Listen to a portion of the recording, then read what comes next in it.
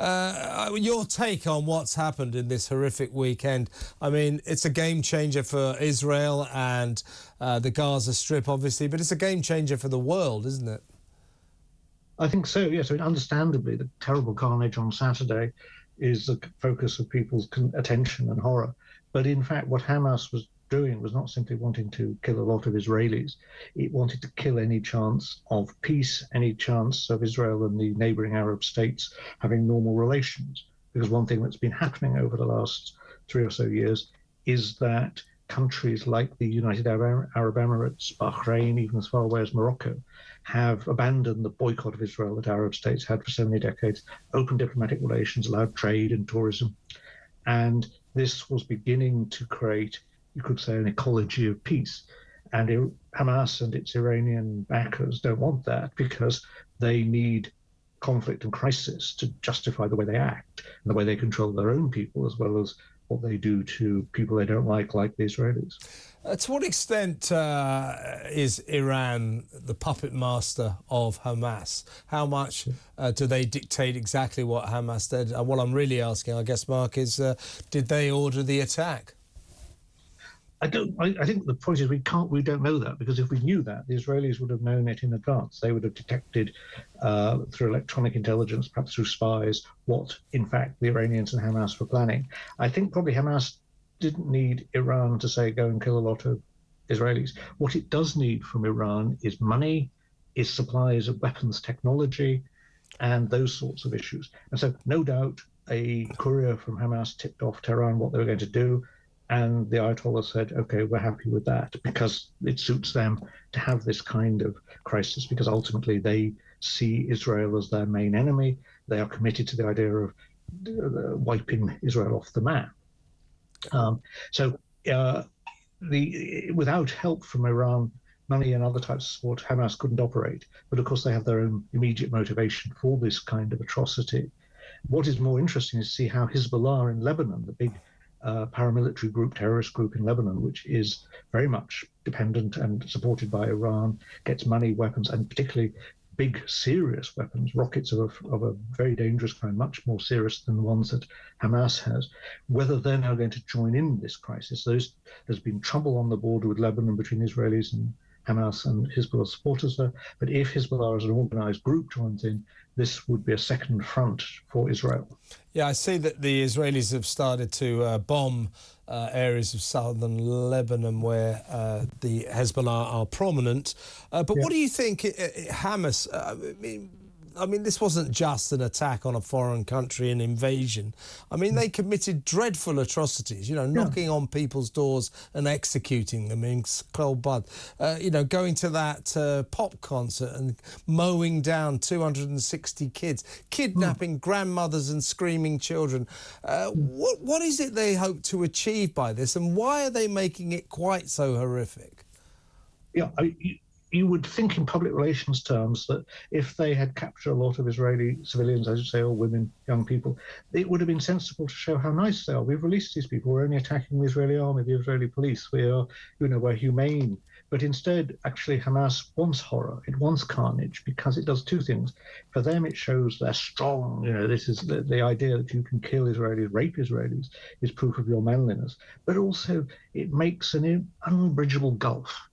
They're trying through the media, because we're a very sophisticated media operation with this attack, through the Arab media, to present the Palestinians as the victims, that a genocide is being perpetrated by Israel's bombers attacking Hamas inside Gaza, and to, in a sense, destabilize the Arab governments like Egypt, governments like Jordan that have peace with Israel, by presenting themselves, Hamas, as the heroes of a struggle against this. They would see it as a colonial power occupying Israel, very unacceptable to most people. But they want him to, in a sense, not just attack Israel. They want also to destabilize the neighbors of Israel that have peace with it. I see. And where do you see it going from here, Mark? I mean, obviously the Americans are saying they're sending ships. Rishi is announcing we stand foursquare behind Israel, to the extent that the Star of David was projected onto number 10 Downing Street. So international support is coming Israel's way. Netanyahu is, and you know you can take him seriously on this issue, is vowing terrible revenge. I mean, in the short term, I think it's extremely bad news for Palestine and the Gaza Strip. I mean, Israel will reduce it to rubble, won't they? They will, but we have to say, you know, Netanyahu was napping on the job on Saturday morning. He's Mr. Security, and he failed to prevent this. But also, it's true that America, it's true that the Europeans, and India and so on, are rallying behind Israel. But look at Iran and its friends like Russia and China. What is happening is, in the wider world, people are saying, oh, good, the Americans, the Europeans are now losing interest in Ukraine, if you're Putin. They're losing interest in Taiwan and so on, if you're China. They're all focused on the Eastern Mediterranean. So I think we have to be careful that mischief is not going to arise elsewhere. The poor old Ukrainians are now seeing the Americans saying, we can't survive with any more anti-aircraft missiles because we have to send them to Israel.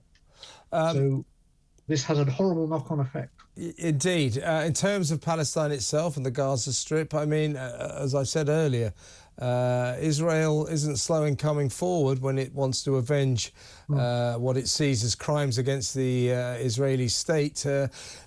I mean, Netanyahu too, you're right. I think he's been very embarrassed by the lack of intelligence, the fact that they had no inkling that this was going to happen, even though it was the 50-year anniversary of the Yom Kippur War. So he's embarrassed, and a Benjamin Netanyahu who is embarrassed, I would suggest could be quite dangerous.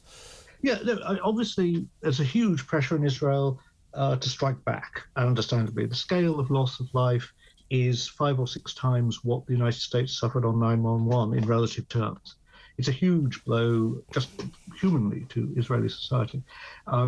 The problem also for Israel is that Hamas hides its weapons, its bunkers, its command posts amongst the ordinary civilian population of Gaza, who had not been able to have a say about who rules them since 2006. We had the classic one man, one vote once in Gaza. And so as the Israelis try to neutralize, to destroy Hamas as a political and military force, as a threat, the tragedy is that hundreds already, probably thousands of Palestinian civilians who may or may not support Hamas are going to be so-called collateral damage. And that's what Hamas wants, because that's what they are pumping out through friendly Arab media like Al Jazeera and so on, to the wider Arab world, that we are the victims. We're not the ones who cause this. It's the Israelis, is their argument, which obviously I think most people in our sort of countries don't accept. But if you live in some of the Arab countries, basically the media is telling you that this is just an unwarranted, arbitrary act of brutality by Israel. Indeed, I think that's Hamas. It's half of Hamas's idea that they knew that Israel would retaliate strongly, and fairly soon they'll start depicting them, as they always do, as the bully, you know, who's beating us up. But a last question to you, Mark, really. Do you see this conflict? Obviously, we can see where it is now. We're looking at pictures of the Gaza Strip and indeed of the affected areas of Israel. Do you see this conflict spreading beyond these areas? Could it go across the whole of the Middle East? I think so. I'm afraid I think almost certainly it will spread to Lebanon with Hezbollah fighting Israel, but it could spread through Syria to Iran, and that's very dangerous because both Israel and Iran are powerful countries. Iran has a big military industrial complex. It makes missiles that can reach well past Israel into Western Europe even. And so the danger is of a war that begins to spiral out of control, and also of other people saying, oh gosh, look, the West is all obsessed about Israel. Maybe I can gobble that bit of land up that I wanted from some neighbor that I think is weak.